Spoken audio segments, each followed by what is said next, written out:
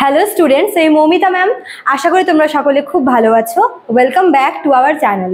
আমাদের জ্ঞানজ্যোতি কোচিং সেন্টারের পক্ষ থেকে তোমাদের সকলকে জানাই শুভ মহালয়ার আন্তরিক প্রীতি এবং শুভেচ্ছা। তো স্টুডেন্টস, আজকে তোমাদের আমি যে টপিকটা নিয়ে আলোচনা করব সেটা হচ্ছে থার্ড সেমিস্টার মেজর ইংলিশ থেকে মহাভারতের যে মানে আরও একটি নিউ এপিসোড নিয়ে, যেটা হচ্ছে দ্য বুক অফ অ্যাসেম্বলি হল, বা যেটাকে বলা হয় হচ্ছে সভা পর্ব। ঠিক আছে, তো এখানে আমরা মোট 9টার মতো হচ্ছে এপিসোড পাবো। তো তোমাদের আমি সবগুলো এপিসোডই মানে সংক্ষেপে ভালো করে বুঝিয়ে দেব। তো ক্লাসটি শুরু করার আগে বলে রাখি, যারা আমাদের অনলাইন ক্লাসে যুক্ত হতে চাও তারা কিন্তু আমাদের অফিসিয়াল নাম্বারে যোগাযোগ করে আমাদের সাথে জয়েন করতে পারো। ঠিক আছে, দেখো এখানে নাম্বার দেওয়া আছে আমাদের অফিসিয়াল নাম্বার। একটা হচ্ছে 6295916282, আর একটা হচ্ছে 7076398606। এটা হচ্ছে আমাদের জ্ঞানজ্যোতি কোচিং সেন্টারের হেল্পলাইন নাম্বার। তোমরা চাইলেই কিন্তু এই নাম্বারে যোগাযোগ করে আমাদের সঙ্গে জয়েন করতে পারো। দেখো, অক্টোবর মাস পড়ে গেল, তোমাদের এক্সামের আর কিন্তু খুব একটা বেশি দেরি নেই। তো তোমরা যারা ভাবছো যে আমাদের সেন্টার থেকে নোটস নেবে বা আমাদের সেন্টারে পড়বে, তারা কিন্তু এর মধ্যে যোগাযোগ করে নাও, কেননা তোমাদের এক্সাম খুব তাড়াতাড়ি চলে এসছে এবং তোমাদের সিলেবাসটা কিন্তু অনেকটাই লেন্দি। তোমাদের কিন্তু কমপ্লিট করতেও প্রবলেম হবে। দেখো, নোটসপত্র মানে পেয়ে যাওয়া মানেই যে পুরো সিলেবাসটাকে মানে বোঝা এমন কিন্তু না, তাই না? অনলাইন ক্লাসগুলো অ্যাটেন্ড করতে হবে এবং সেগুলোকে মন দিয়ে শুনতেও হবে, আর সে সঙ্গে তোমাদের নোটসগুলোও পড়তে হবে। তো যদি তোমরা পুরো একদম কমপ্লিট একটা মানে একটা কমপ্লিটনেস চাও তোমাদের আর কি প্রিপারেশনের জন্য, তোমরা কিন্তু আমাদের এই হেল্পলাইন নাম্বারে যোগাযোগ করে জয়েন করতে পারো। আমরা সপ্তাহে 2টো করে অনলাইন ক্লাস নিই এবং হচ্ছে নোটস তো রয়েছে। তো তোমরা যদি এখন জয়েন করো, তোমরা কিন্তু বেশ কয়েকটা ক্লাস করতে পারবে। ঠিক আছে, চলো দেরি না করে শুরু করে দিই আজকের ক্লাসটা।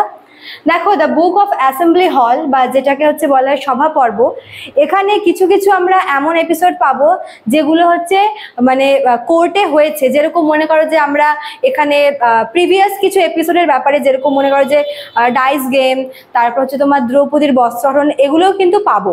ঠিক আছে, তো এই যে দ্য বুক অফ অ্যাসেম্বলি হল, মানে এটার জন্য আমাদের ওই ডাইসিং গেম বা বস্ত্রহরণের অনেকটা আগে যেতে হবে। ঠিক আছে, দেখো মোট 9টার মতো এপিসোড আছে। প্রথম এপিসোডের নাম হচ্ছে তোমার সভাক্রিয়া পর্ব।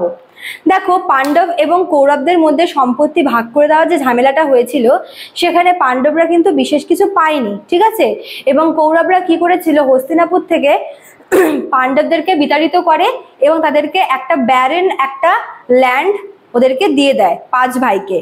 যেই মানে ল্যান্ডটা মানে পুরো খালি, কিচ্ছু নেই, মরুভূমির মতো উন্মুক্ত একটা ল্যান্ড পাণ্ডবরা পায়।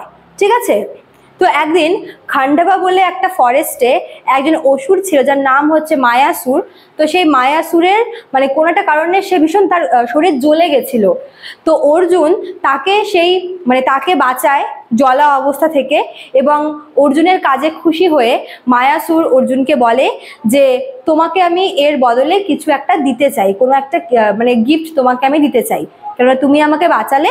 তো তুমি চাও যে তোমার মানে কি লাগবে, তুমি তোমার ইচ্ছা মতো তুমি চাইতে পারো আমার কাছে। তো অর্জুন দেখলো যে ওদের তো পুরো খালি, একদম সম্পূর্ণ খালি হাত।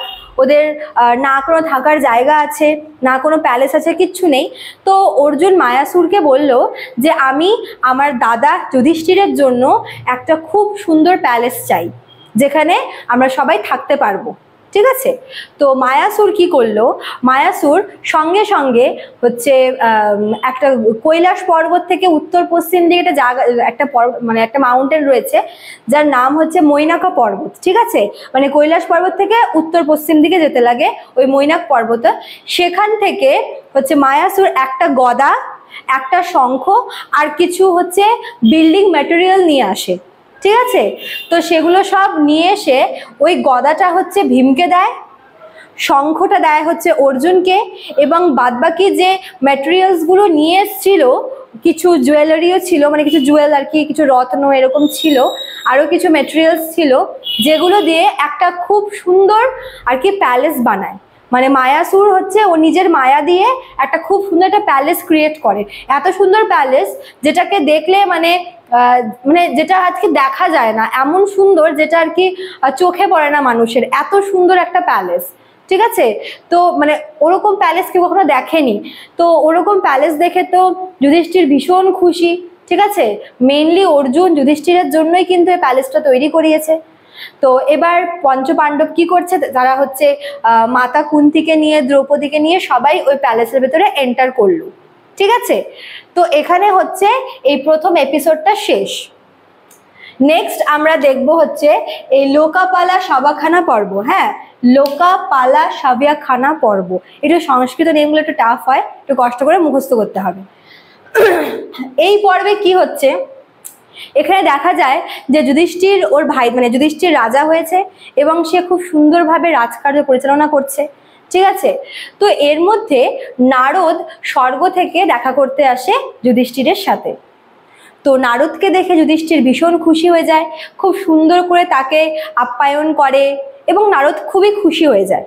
ঠিক আছে, নারদ ওকে বলে যে মানুষের জীবনে যে তিনটা মানে মানুষ যে তিনটা জিনিসের জন্য মানুষকে পাঠানো হয়, মানে ধর্ম, কর্ম আর অর্থ। তো বলছে যে যুধিষ্ঠির তুমি হচ্ছে এমন একজন মানুষ যার মধ্যে এই তিনটা জিনিসকে খুব সুন্দর করে ডিভাইড করা হয়েছে, মানে কোনোটা কম বেশি নেই, তুমি সবকিছু খুব সুন্দর করে পালন করো। তারপরে নারদ হচ্ছে পুরো প্যালেসটা ঘুরে ঘুরে দেখছে, সবাই মানে পুরো রাজ্য মানে পুরো ইন্দ্রপ্রস্থকে ঘুরে ঘুরে দেখছে যে না সব মানে সবাই খুশি, যুধিষ্ঠিরের আর কি রাজত্বে সবাই ভীষণ খুশি। তো নারদ যাওয়ার আগে যুধিষ্ঠিরকে বলল যে তুমি একটা কাজ করো, তুমি হচ্ছে রাজসুয়া যজ্ঞ করো। রাজসুয়া যজ্ঞ হচ্ছে এমন একটা যজ্ঞ যেখানে মানে সমস্ত বড় বড় রাজারা উপস্থিত থাকে, আর এই যজ্ঞটা করার জন্য বড় বড় ব্রাহ্মণ সেজদেরকে ইনভাইট করা হয় এবং এই যজ্ঞ যে করে তাকে আর কি সবাই মেনে নেয়, মানে তাকে মানে এম্পায়ার হিসেবে তাকে প্রত্যেকে মেনে নেয়। তো নারদ যুধিষ্ঠিরকে এই পরামর্শটা দিল, দিয়ে বলল যে তুমি কিন্তু এটা করতে পারো চাইলে। ঠিক আছে, তো নারদ বলে সেখান থেকে চলে গেল। তো সেই সময় হচ্ছে কৃষ্ণ ইয়েতে ছিল না, মানে কৃষ্ণ ওই মায়া প্যালেস তৈরি হওয়ার কিছুদিন থেকে তারপরে চলে গেছিল দ্বারকাতে। তো যখন এই রাজসুয়া যজ্ঞের ব্যাপারটা যখন আর কি যুধিষ্ঠির শুনলো নারদের কাছ থেকে, সে তখনই কৃষ্ণর কাছে একজন মেসেঞ্জারকে পাঠায় যে সে যেন তাড়াতাড়ি করে চলে আসে। ঠিক আছে, তো কৃষ্ণ আসার পর কৃষ্ণকে সবটা বললো যুধিষ্ঠির যে এরকম যজ্ঞ করার কথা মানে বলেছে নারদ, তো কি করব। তো কৃষ্ণ শুনে খুব খুশি হলো, বলে হ্যাঁ তুমি অবশ্যই করতে পারো। ঠিক আছে, তুমি অবশ্যই এই যুদ্ধটা করতে পারো, তবে এখানে একটা ব্যাপার আছে। ঠিক আছে, তো এটা কি ব্যাপার, এটা আমরা পরের এপিসোডে পড়বো। দেখো এখানে আছে কি রাজসুয়া রম্ভ পর্ব, মানে এই যে রাজসুয়া যে যজ্ঞটা এইটা আরম্ভ, মানে এই যজ্ঞটা আর কি কিভাবে শুরু হচ্ছে, মানে এপিসোড নাম্বার 3। তো কৃষ্ণ এসে যুধিষ্ঠিরকে বলে যে হ্যাঁ তুমি চাইলে অবশ্যই এই যজ্ঞটা করতে পারো, হয়তো কারোর কোনো আপত্তি থাকবেও না, কিন্তু একজন আছে যে কিনা তোমার এই যজ্ঞটায় তোমাকে বাধা দিতে পারে, তার নাম হচ্ছে জরাসন্ধ। ঠিক আছে, জরাসন্ধ হচ্ছে মগধে থাকে এবং সে ভীষণ পাওয়ারফুল, মানে জরাসন্ধর যে মা আছে সে হচ্ছে যে রাক্ষসী, যার নাম হচ্ছে জরা। ঠিক আছে, আর জরাসন্ধ এই যজ্ঞতে সব থেকে বেশি বাধা ক্রিয়েট করবে। তো তুমি যদি জরাসন্ধকে পরাজিত করতে না পারো, মানে ও থাকা অবস্থায় কিছুতেই এই যজ্ঞটা করা পসিবল না। তো কৃষ্ণ বলল কি ঠিক আছে আমি দেখছি কি করা যায়। তো কৃষ্ণ করলো কি, ও অর্জুনকে আর ভীমকে নিয়ে মগধের উদ্দেশ্যে রওনা দিল। এবং এই যে ওরা যে 3 জন যাচ্ছে, মানে কৃষ্ণ, ভীম আর অর্জুন, এরা না 3 জন আমাদের সমাজের যে 4টা শ্রেণী আছে, ওই ব্রাহ্মণ, ক্ষত্রিয়, বৈশ্য, শূদ্র বাদ দিয়ে প্রথম যে 3টা কাস্ট আছে, ওই 3টা আর কি মানে 3 জন 3 রকমের আর কি মানে ছদ্মবেশ নিল।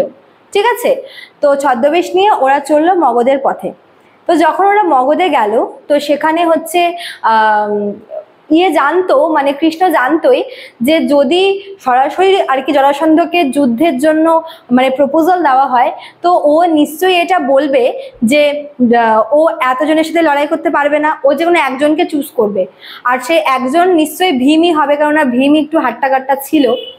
এছাড়াও এটাও ওরা প্ল্যান করলো যে অ্যাকচুয়ালি জরাসন্ধর মানে 2 জন আর কি ছিল, মানে 2 জন হচ্ছে মানে একজন লেফট আর রাইট হ্যান্ড ছিল। ঠিক আছে, একজন নাম হচ্ছে মানে নামটা ঠিক মনে পড়ছে না, মানে 2 জন সেনাপতি ছিল, তো তারা মারা যাওয়ার পর থেকে হচ্ছে জরাসন্ধ অনেক বেশি উইক হয়ে গেছে, মানে তার ম্যান পাওয়ারটা কমে গেছে, তো ওকে মারা অতটা কঠিন হবে না। তো ওরা গিয়ে জরাসন্ধকে যুদ্ধে আহ্বান করলো এবং জরাসন্ধ যথারীতি ভীমকেই চুজ করলো যুদ্ধের জন্য, এবং যুদ্ধে ভীম খুব বাজেভাবে জরাসন্ধকে হত্যা করলো। শুধু তাই না, ওকে হত্যা করার পর ওকে দুটা অংশে এভাবে মাঝখান থেকে চিরে দুটুকরো করে দিল, ঠিক আছে। আর জরাসন্ধ মারা যাওয়ার পরে তার যে ছেলে আছে তার ছেলেকে বসিয়ে দিল মগধের রাজা হিসেবে, ঠিক আছে। তারপর ওরা ফিরে আসলো আবার ইন্দ্রপ্রস্থে। তারপর দেখো নেক্সট এপিসোড দিগ্বিজয় পর্ব।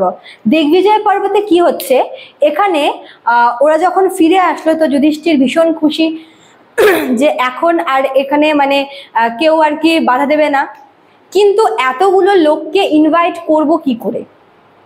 তো যুধিষ্ঠির কি করলো, ওর 4 ভাইকে 4 দিকে পাঠালো, ঠিক আছে। অর্জুনকে উত্তর দিকে পাঠালো, ভীমকে পূর্ব দিকে, পশ্চিম দিকে দিল হচ্ছে নকুলকে, আর সহদেবকে দিল হচ্ছে দক্ষিণ দিকে। এরকম 4 ভাইকে 4 দিকে পাঠালো এবং বলল যে ওরা যেন সবাইকে আর কি মানে দিগ্বিজয় করে আসে, মানে সবাইকে ইনভাইট করে আসে, মানে চারদিকে ছড়িয়ে দেওয়ার জন্য এই খবরটা যে রাষ্ট্রীয় যজ্ঞ করা হচ্ছে, ঠিক আছে। আচ্ছা, তারপরে দেখো নেক্সট 5 নাম্বারটা কি বলেছে। 5 নাম্বার এপিসোডে আমরা দেখব যে রাজসূয় পর্ব তো হচ্ছে শুরু হয়ে যাচ্ছে, এখানে হচ্ছে কৃষ্ণকে হচ্ছে ইনভাইট করা হচ্ছে, ঠিক আছে, আরও সবাইকে ইনভাইট করা হচ্ছে, নারদকে ডাকা হচ্ছে।